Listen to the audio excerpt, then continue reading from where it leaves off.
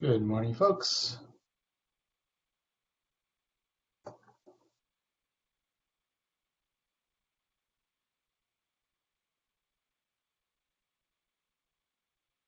Morning, Mark. How are you, Greg? All right. Still getting used to 6:30 a.m. meetings.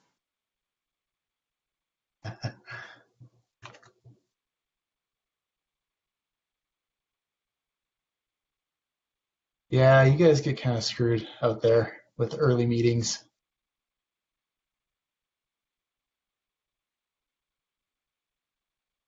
Although Kifu probably has it worse than any of us, so can't complain too much.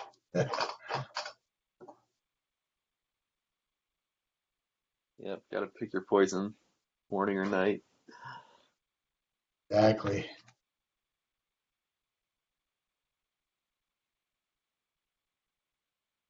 All right, let's get this show on the road. Not a whole lot going on. Not no, as far as I could tell, no new or close performance PRs this week. Not horribly surprising though, given that everyone's really focused on just getting octopus stuff taken care of. So let's see. I saw two updated PRs this week. Uh, one from Igor with his hybrid allocator. I think that got a new update. I don't know what's in it. Igor, I saw you just joined. Uh, Anything new with the hybrid allocator? Well, actually, I updated a different PR, which is Go deferred for big writes. Hybrid allocator is pretty the same as before, but these deferred Okay. writes have been updated. It's I see that. 33,434. Yes, I must have missed it. 23 hours ago. Huh, well, that just showcases that I shouldn't do this in the morning. But I will add that here. Okay, that is updated. So what's going on with it? Anything interesting? Well, I'll present some numbers later and explain what I did in this PR. Cool. Are you thinking today or like Yeah, future today, meeting? if Oh, okay, possible. good deal. Yeah, absolutely. Okay, let's see. So then the other one is Sage reviewed this parallel crush calculation for balancer PR. I confess I didn't actually read his review, so I don't know what's in it, but feel free to look if you're interested. Okay, that's it. Not much else going on as far as I can tell. Anyone have any PRs this week that they've been working on that I missed? They'd like to talk about?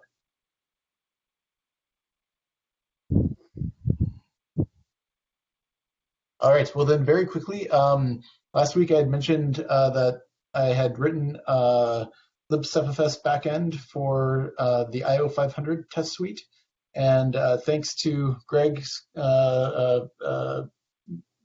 recommendation for fixing a couple things I had done wrong, that's now working very well, and we're actually seeing higher performance with it than we are with the kernel client, which is interesting because now it's telling us that there possibly are some things in kernel CFFS and potentially also kernel RBD that we need to fix. So the results that we're getting now between that and between switching from 2x replication to 1x replication, because apparently that's allowed in their test results, we're in ninth place and kind of flirting with eighth.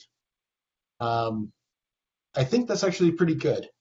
I have been talking on the IO500 mailing list with people about what the different scores kind of mean, and they don't really categorize the hardware that the storage is running on very well. Even in the 10 node challenge, it's just 10 client nodes, and you can have whatever storage system you want backing it. So we're competing with a variety of different systems, some of which have maybe like 20 or 30 nodes and hundreds of storage devices. And our test cluster has 10 nodes and 80 storage devices. So we're actually, I think, looking surprisingly good here. Having said that, the way that they do the scoring for this is it's kind of multiplicative. It's not just like an average of all the scores. It's score 1 times score 2 times score 3 times score 4, all raised to the power of 1/4.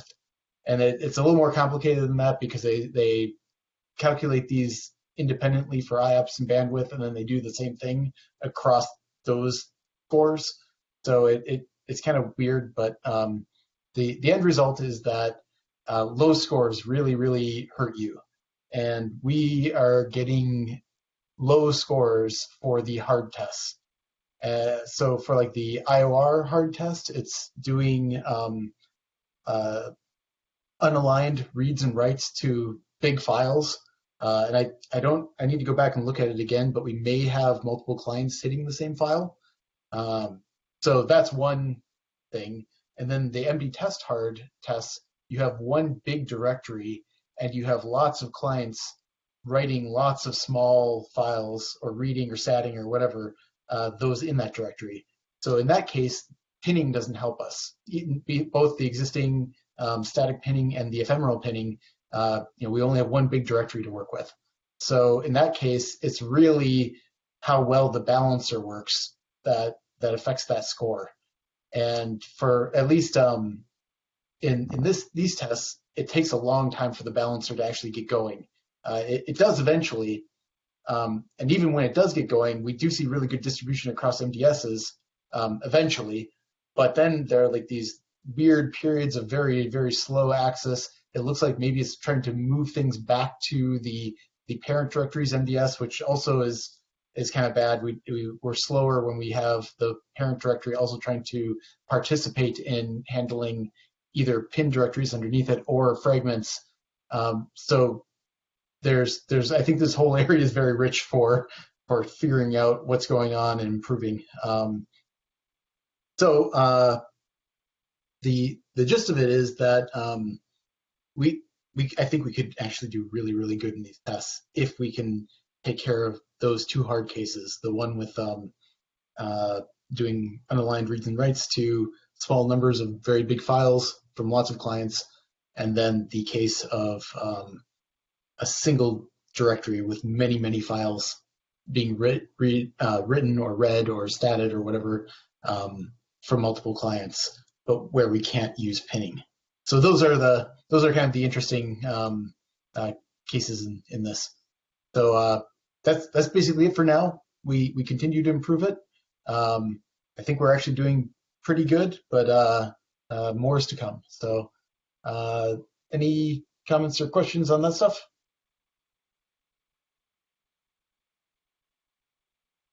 All right.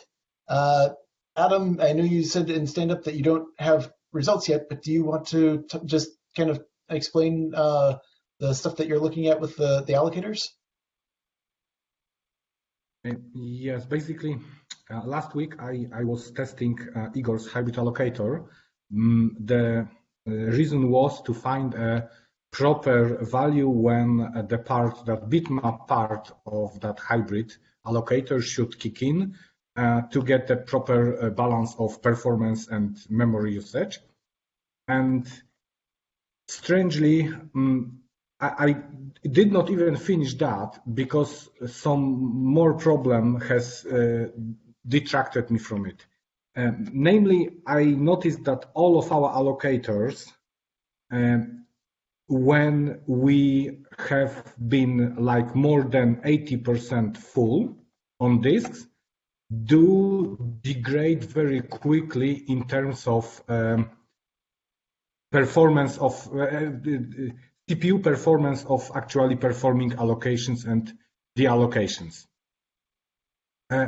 So I have the difference is that if I have a test that has a fixed size of object that I test on, like 8 megabytes, then all of the allocators perform very well.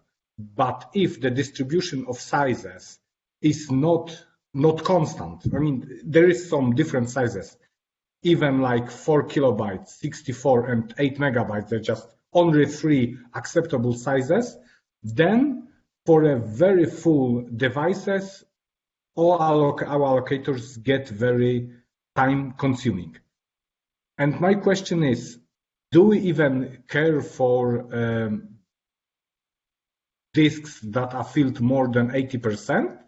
Or I should just drop it because it's not really relevant to our case. So that's it. That's my question for now, and I will fill the actual tables with full data next time because I couldn't finish that on time today.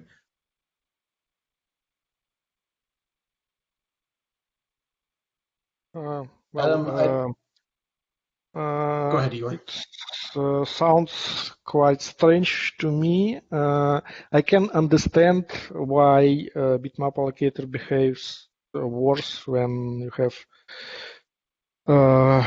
limited space and high fragmentation, but I can't explain what's happening for stupid and AVL1, since they should be able to find proper chunks anyway. Actually, Igor, bitmap behaves best of them all, so it's other way around.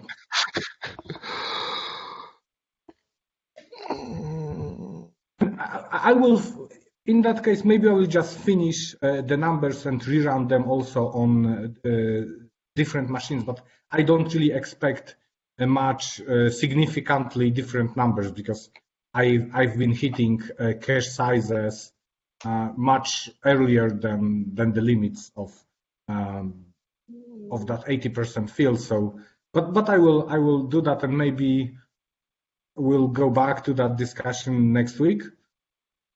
Yeah.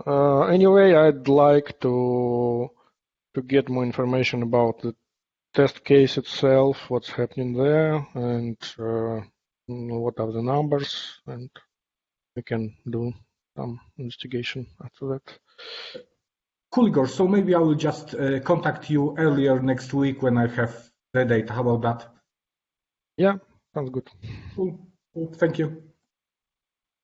Adam, one thing I wanted to mention is that your Google Doc is, I don't think, accessible to anyone outside of Red Hat. Okay, I will try to fix that if it's possible. It won't let you if you do it through your Red Hat account. I had to use my personal one for sharing anything if I want to. So I will move everything to my personal account. So if it has to be that way, then let it be. Yeah, it's kind of irritating, but I guess the way they do it. Cool. Anything else, guys? Well, then, Igor, do you want to go over your stuff? Yeah. Let me share.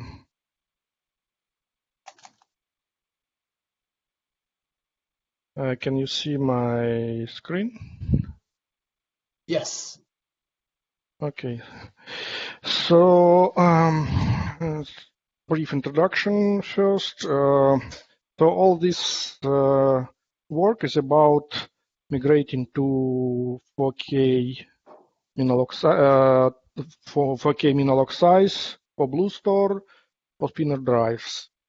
And last time we ended up with some performance degradation. The suggested when we downsizing this allocation size, we faced some performance degradation, and to fix that, it was suggested to use a new hybrid allocator, as well as implement deferred writes for big writes, which are larger than 4K. And so last time we had a spreadsheet limited to columns A to F and rows 1 to 27, where columns E and F show well, mostly better numbers for different access patterns, but we faced some performance degradation for large reads, which is present at cell F18 and F23. And actually, during these last 2 weeks, I've been investigating and trying to improve these numbers. And here is what I achieved since then. So it appeared that there are several causes that results in this read slowdown, and all of them relates rather to previous writes, but not reads themselves. And well, say for cell F18, the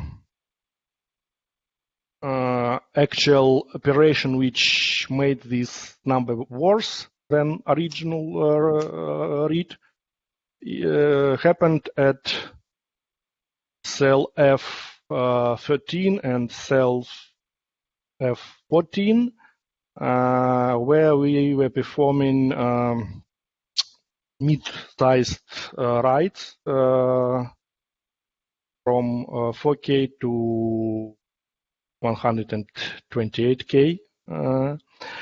And there are, so actually these writes cause additional fragmentation in object and subsequent read, long reads suffer from this. And actually, to improve read performance, we should actually improve writes and try to reduce the resulted fragmentation. So what I did for that is first of all updated the test cases since originally writing test cases were limited by time, which resulted in and write performance was worse for default settings, and this resulted in less amount of data written to disk and hence less fragmentation. So the first fix was just to migrate from time-limited test cases or benchmarks to size-limited. Then second thing to fix, I realized that for in our current master implementation, we have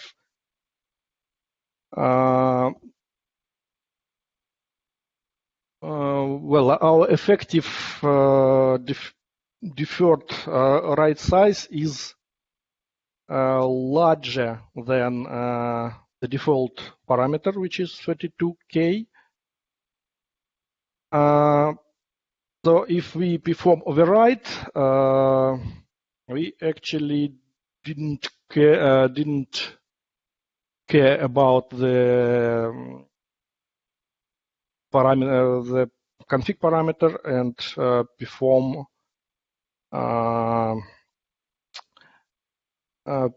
deferred writes on sizes up to allocation size, which is 64K. So my second step was to increase preferred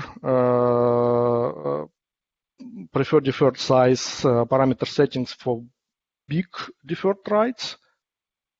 And actually, that's what I did for, and actually the numbers for these two changes are in column G, which shows pretty, well, some improvement for long reads.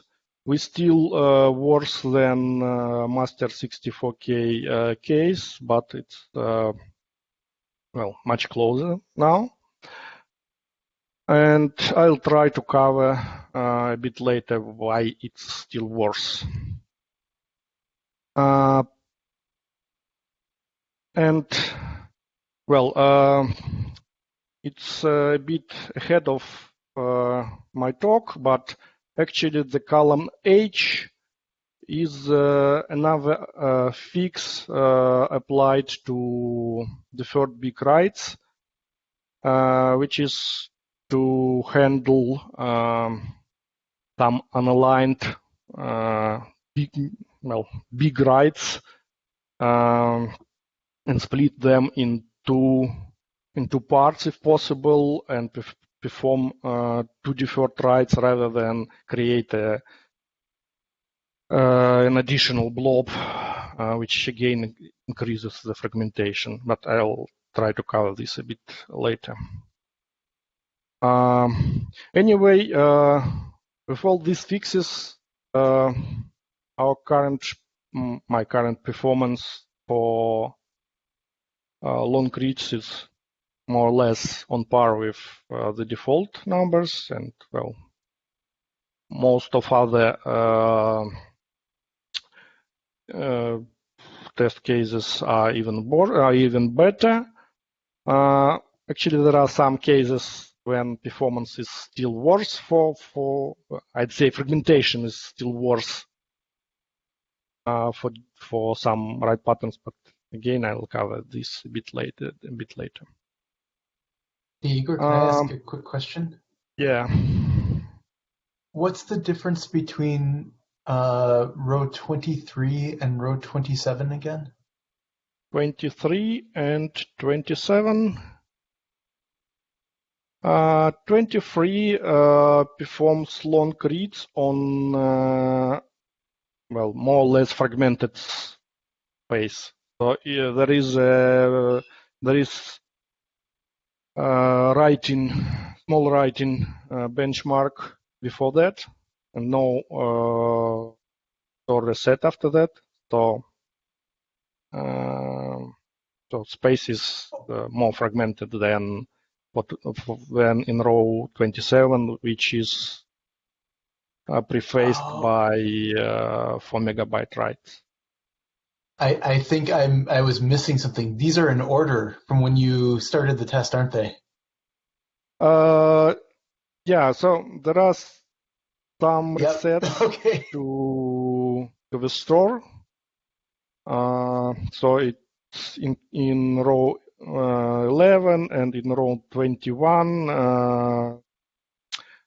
the store is reset and pre-filled with 4 megabyte writes.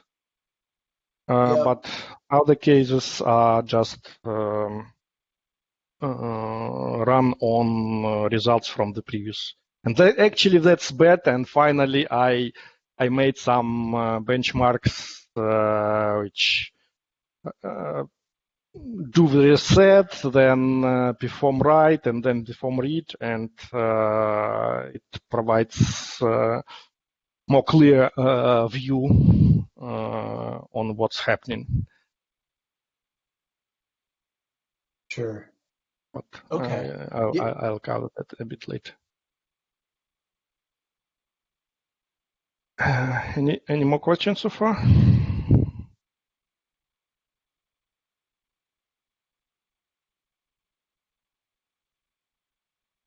Okay. So then on rows 30 to 49, I actually just performed some validation for different write patterns for their performance, and no much of interest here, except that OK hybrid allocator and deferred big writes are generally bad.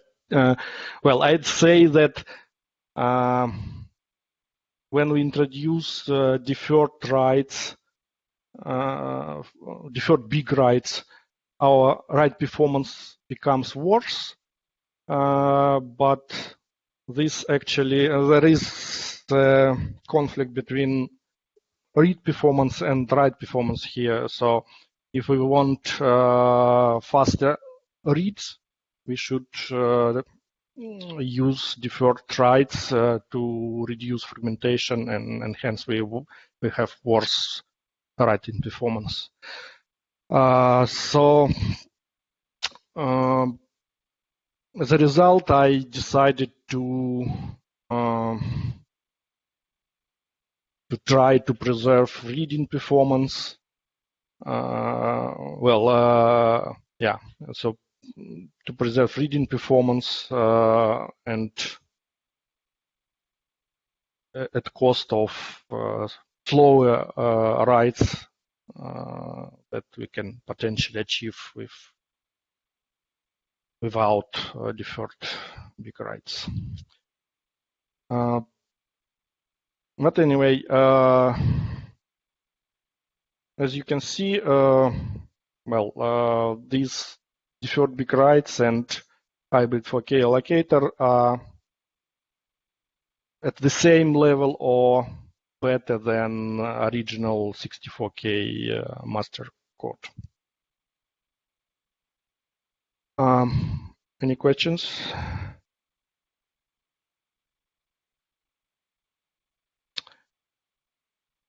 Okay, then I was trying to understand what happened for these long reads and why they are still worse with all these fixes, why they are still worse than our original scenario. And here there is another sheet which tries to investigate that.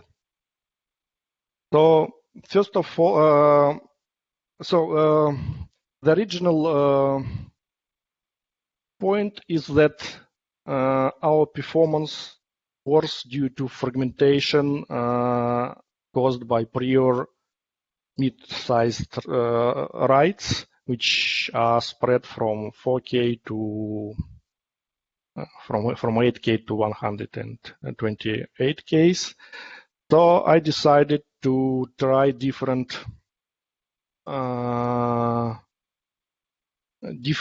write sizes with just a single block size per case, just to realize which actual values are causing the issue. And here in line, in rows 7 to 16, is a different set of benchmarks which perform for long reads over some limited amount of time. At row 8, you can see the best values we can achieve with on a pre-filled storage with large blobs. And then in each write case, I'm writing around 7 GB of data using different block sizes, and check what happens with subsequent long reads performance after that.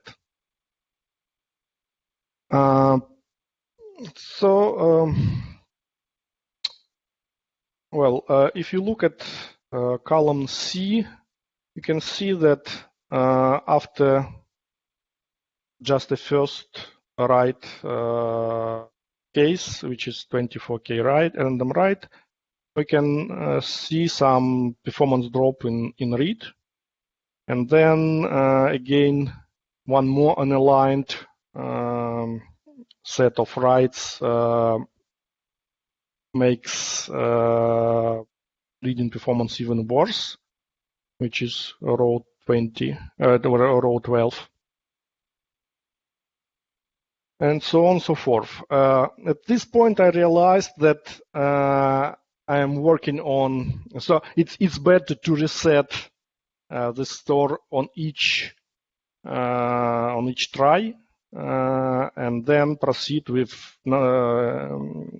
another set of benchmarks, which are presented at lines 19 to 39.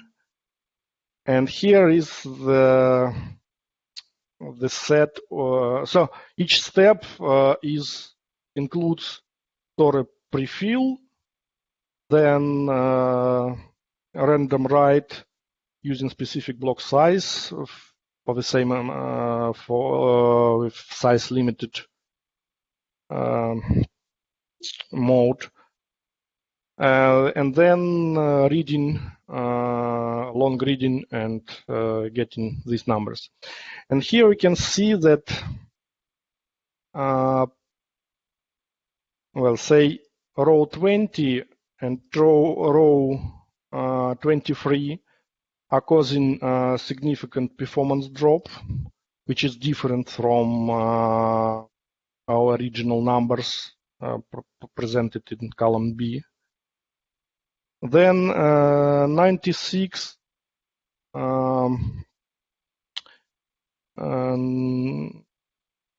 96K writes are pretty unaffected by 4K min-log size and hybrid allocator. So, well, actually, writing performance are better and reading are pretty the same. Then 72K writes are again badly affected, and 32, 64, and 128K are pretty on the same plate as the original behavior. So that was about column C. And actually, I realized that we missed a couple more things with deferred big writes. The first one is handling of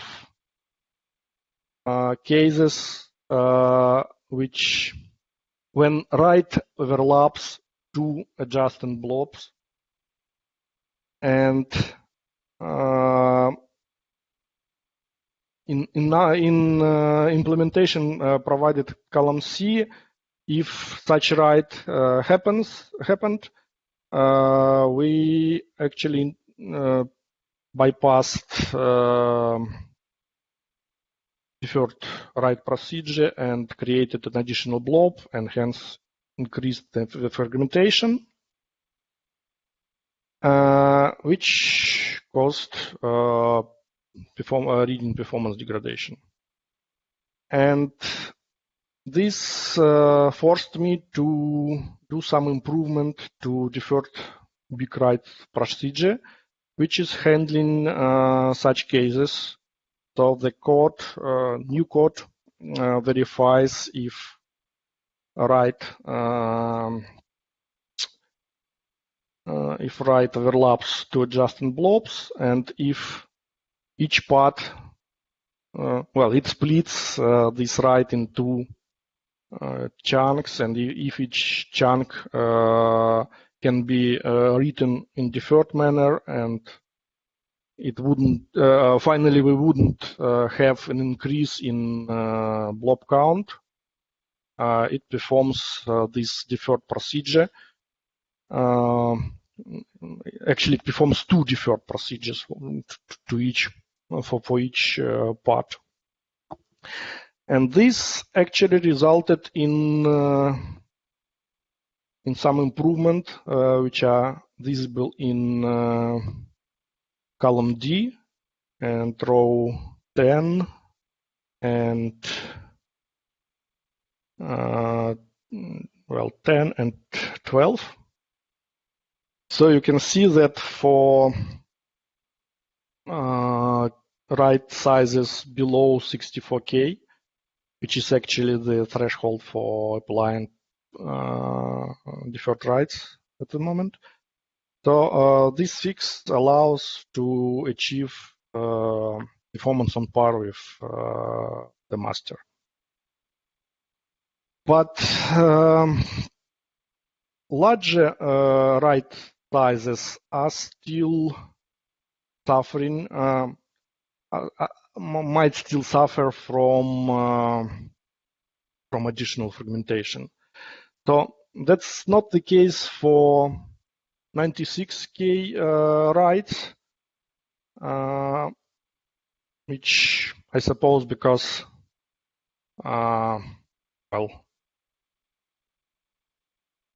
so in this case we'll have more or less large chunks anyway, and fragmentation is not that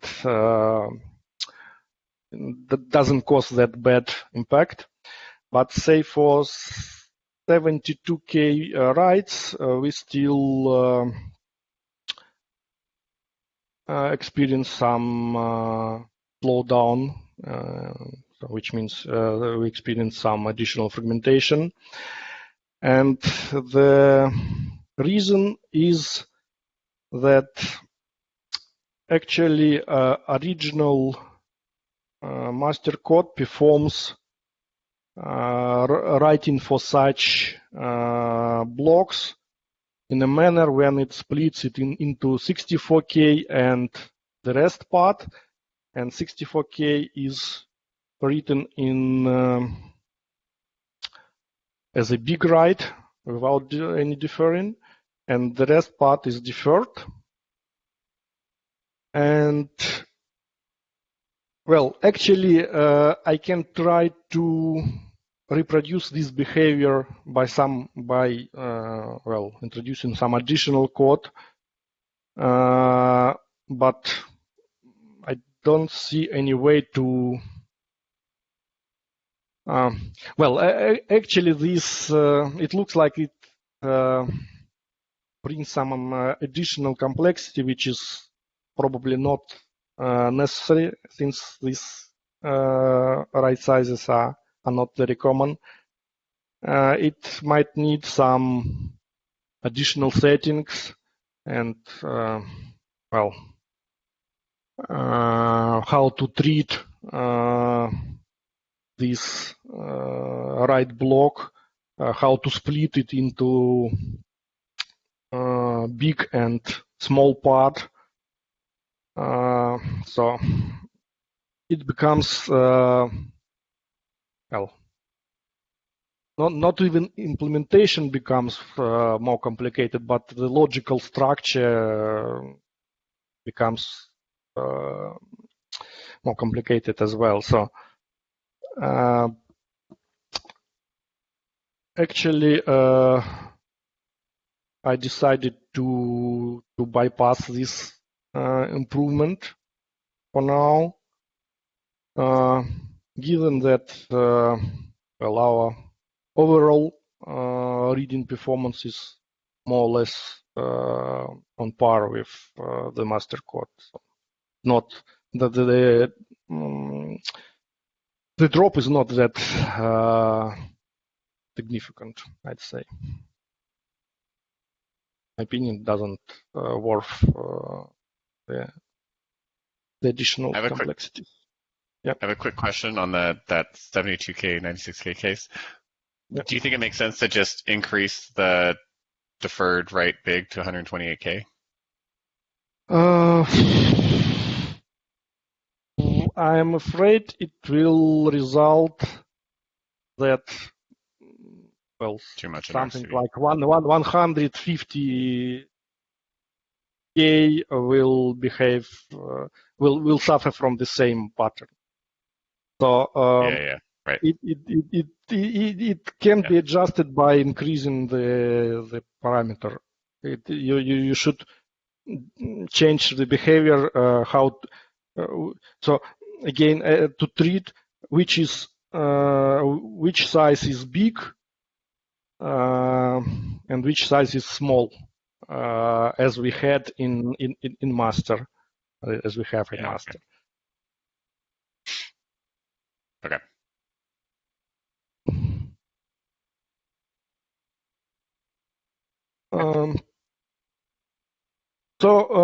And you can see that for more or less common write sizes, which is 32K, 64K, 128K, we don't suffer from performance from reading performance degradation. That's actually these unaligned writes which are causing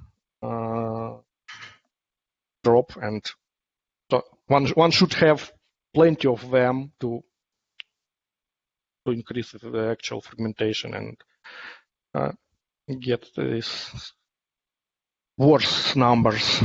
So I think that in real life this impact would be. That's all what I have now. Questions? Igor, I have just a couple of questions. Have you looked at any of this with SSDs or NVMe drives? No, this is this all is about spinners, and Okay. we don't have any so by default we don't have deferred writes for flash drives, and moreover this performance degradation is mostly caused by fragmentation which is not relevant, not that much relevant for flash drives. So it's spinners Yeah. which suffer from this greatly. Yeah, I was just curious if there were, if you saw any interesting effects if you had tried it or not. But No. This last set of experiments was mostly about spinners, and actually the code changes shouldn't affect flash setup performance. So the idea with the hybrid allocator is that we would do it only for hard drives, right? For SSDs, we would still use bitmap. Or I don't. So there are two parts here. First one is hybrid allocator, and second one are big deferred writes. So as I said, this last set of experiments were mostly about deferred big writes, not about hybrid allocator itself, and I don't see any major reasons not to use hybrid allocator for flash drives. Okay. So, yeah. Okay. I'm fuzzy on what the big picture was though for Adam's investigation. He was saying basically the hybrid behaves really well until you get to like 80%ish, and then things. I can't remember. Yes. What's the big picture? What's the summary? Okay, actually that's not a big deal. So we can definitely have different default allocators for flash and spinners. To be honest, I don't see much rationale behind that so far, but that's quite easy, doable also. If we have any concerns, I can do that. It's a matter of 20 minutes. Adam, just regarding what Sage was just saying, did you say that all allocators were showing performance degradation with 80% full though? Yes, I mean, my testing scenario shows that all of our allocators do get very inefficient regarding just allocation time. No, performing an allocation, not even taking account into what the results would be for actually drive to perform such operation. So there is some threshold different for allocators, but all of them after 80% do tend to take exponentially amount of time to perform data. So Sage is not specifically the AVL allocators, all of them. Yeah. Okay. Okay. Okay. Okay. Well, this all sounds great to me. I think this is fantastic work, Igor. It's. I guess there are three things. There's the hybrid allocator. There's the change in a deferred behavior, and there's the. I guess it's just two things, really. No, then and change the malloc size. the final thing is downsizing the min-log size. Yeah, exactly. Yeah. Yeah. Right. And actually, what this sheet is lacking is the numbers for all these new allocators and all new settings on a store with 64K min-log size, which might appear after upgrade. And right now I'm running some benchmarks on that. So I think at one of the previous meetings we had said that we were thinking of trying to get this merged but not made default for Octopus. Or Sage, does that still seem like a reasonable plan, or what do you want to do? One more comment. May I comment here? I'd prefer to introduce 4K min-log size as soon as possible. And due to this, we might need all these fixes merged before. Yeah. It seems to me like the thing to do is to have first make sure these are in all grouped together in like 3 pull requests, I guess, and merge them all into master, and then let it bake there for a little bit. And if everything looks good, then in the next point release. Or are you suggesting that they go straight into Octopus? That's what I was wondering, Sage, if we could bring these into Octopus, but just not make the AVL or any of this stuff default yet, and then get them in right away. Then we could go back in a point release, and if we like it, maybe make it default. What do you think? I think for the allocator, that makes sense. I'm nervous about the blue store changes, like the improved deferred, just because we're pretty late in the cycle, and I'm really trying to get the test suite like really green, and I don't want to throw in something that's gonna like, come up. So maybe the other parts. I don't know. What makes me a bit nervous is actually min-log size downsizing, and in my opinion, it's not the best idea to change it during release life cycle. So it looks quite okay if we change with the new release, but I'll change it during the release cycle. Doesn't seem a perfect idea, in my opinion. So we could. So Sage, based on what you said, it sounds like getting the AVL allocator in is not bad. We can get that in as long as we don't make it default. The deferred change we probably need to wait on, and then because the deferred change we have to wait on, we probably need to leave the hard drive min-alloc size at 64K for now until we can make the deferred change the default. Does that sound right? Sorry. Say that one more time.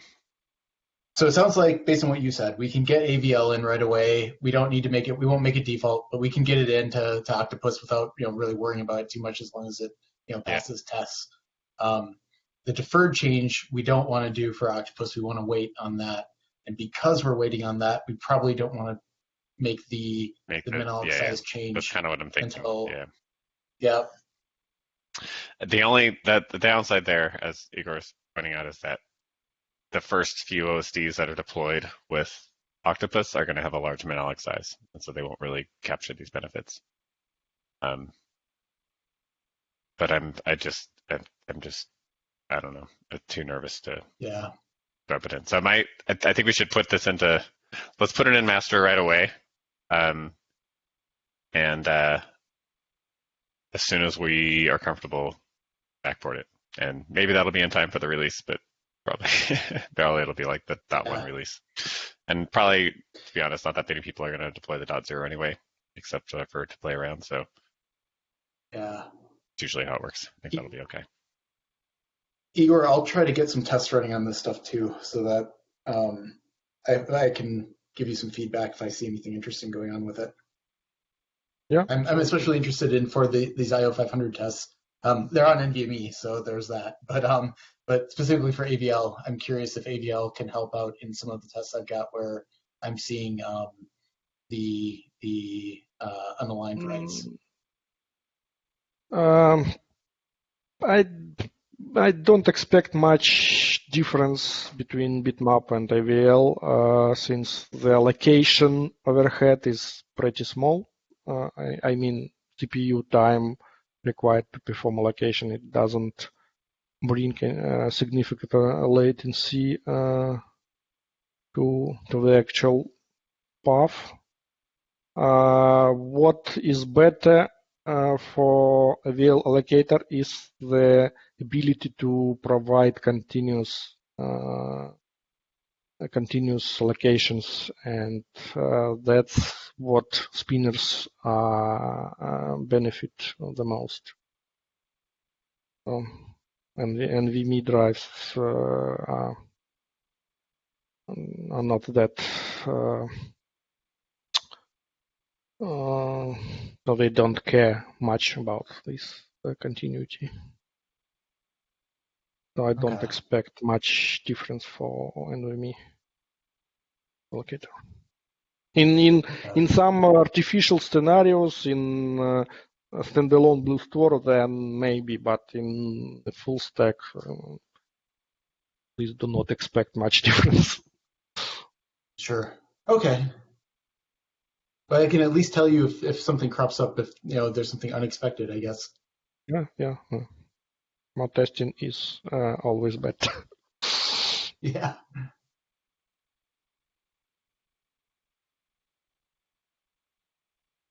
All right. Igor? Thank you, Igor.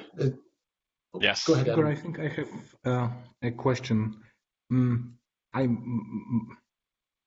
What is the rationale for you to care so much for a performance of 4K, 4 megabyte read? I guess that's the entire object that you use to prefill the storage. After you do fill parts of these objects with smaller chunks. Why do you care for that performance so much?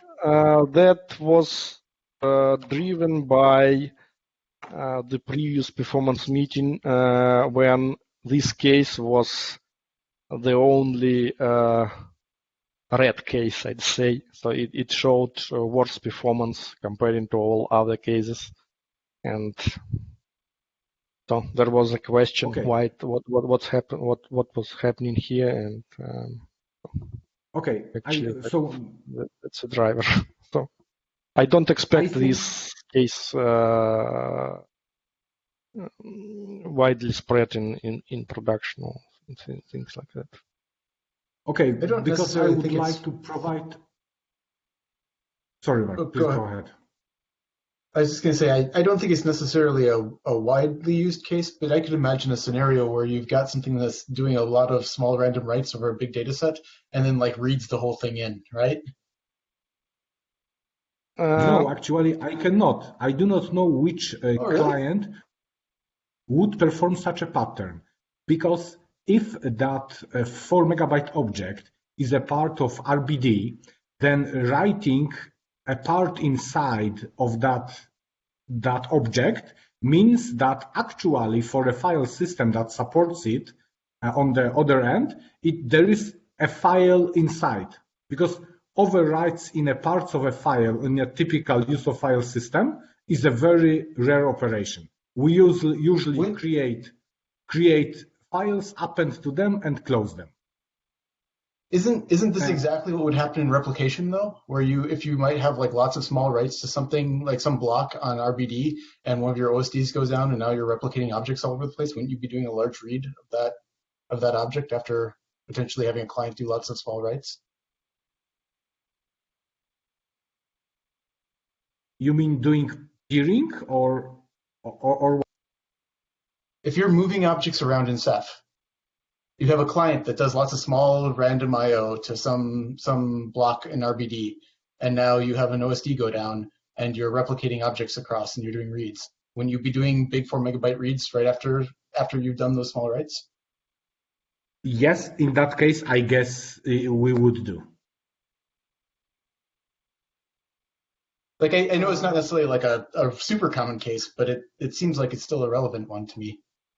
I mean, I'm only bringing it up because in logs that I got some time ago for an actually running cluster, if there were some operations that do write or read some part of a larger object, that was RBD, then almost never reads were crossing some boundaries. So even if we had like 4 megabyte object that was split in 4 chunks, then these parts were always rewritten as a whole. So it was like our 4 megabyte object was really 4 other objects just used always in the same time. And never did reads actually encounter over entire Rados object.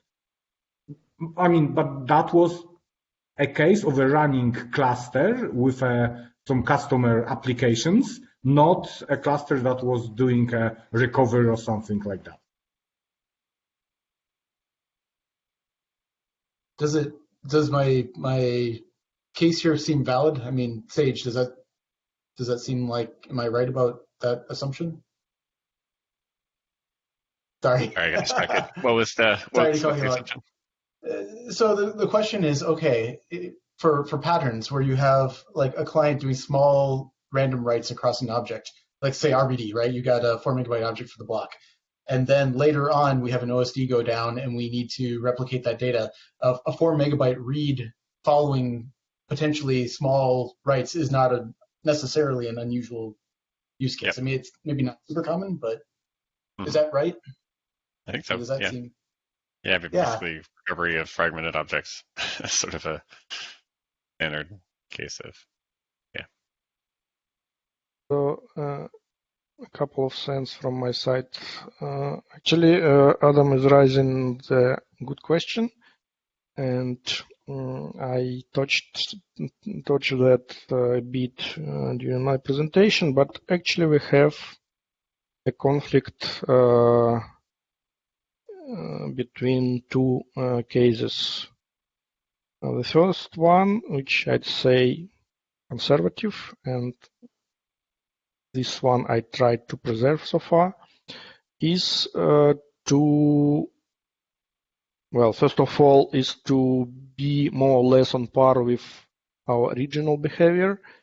And actually, this tries to keep less fragmentation on the object and hence apply.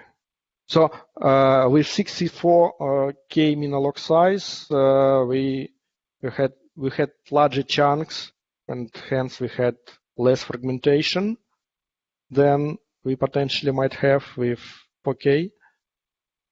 And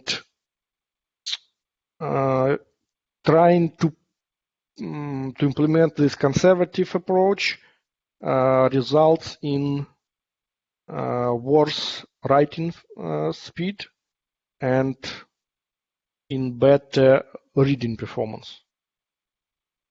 Different case would be to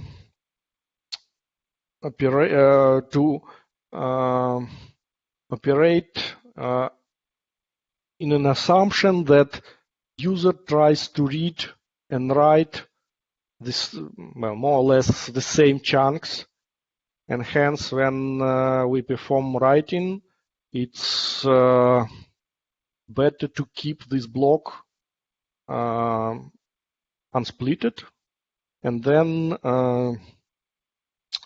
perform reading in the same method. So reading to these blocks, this unsplitted block will be better, but this results in more fragmentation, and continuous or large reads will suffer from this behavior. So there are two different cases which most probably we can't merge together. So we should decide which pattern, which case is preferable for us, and maintain this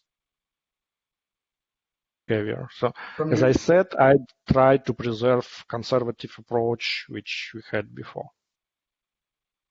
From your results, it looked like you were still able to retain like 80% of those sequential read performance while really improving the small random write performance. I mean, that's maybe a worthwhile trade-off. Yeah. That's I'm pretty agree with this point.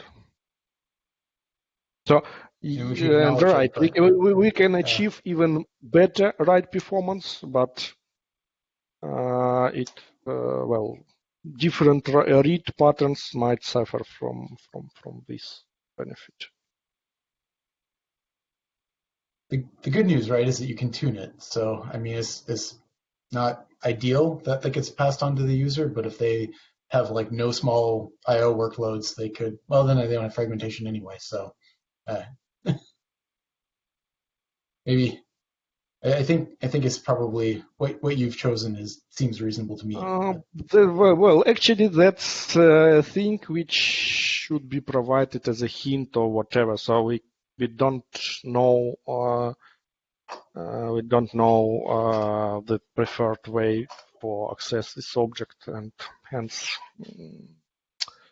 we can tune if some hint is provided, but no silver bullet here. So we can't have a single approach which fits everything.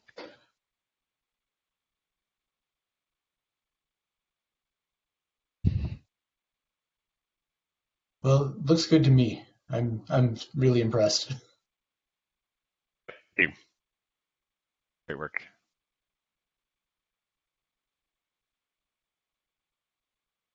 All right. Well, we're past time. Should we wrap it up for this week? Anything else last minute, guys? All right. Have a good week, everyone. See you later. Bye. Have a good week.